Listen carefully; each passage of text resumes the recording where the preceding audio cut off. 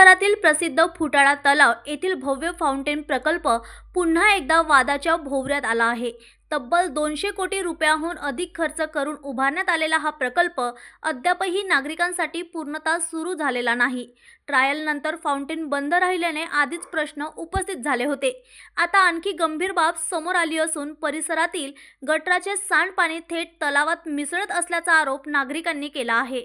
हेच दूषित पाणी फाउंटेन यंत्रणेत जाण्याची शक्यता असल्याने पर्यावरण व आरोग्याचा मोठा धोका निर्माण झाला आहे।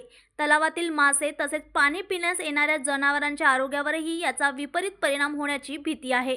इतक्या मोठ्या खर्चानंतरही मूलभूत सांडपाणी व्यवस्थापन अपयशी ठरत असल्याने महापालिकेच्या कार्यपद्धतीवर प्रश्नचिन्ह निर्माण झाले आहे।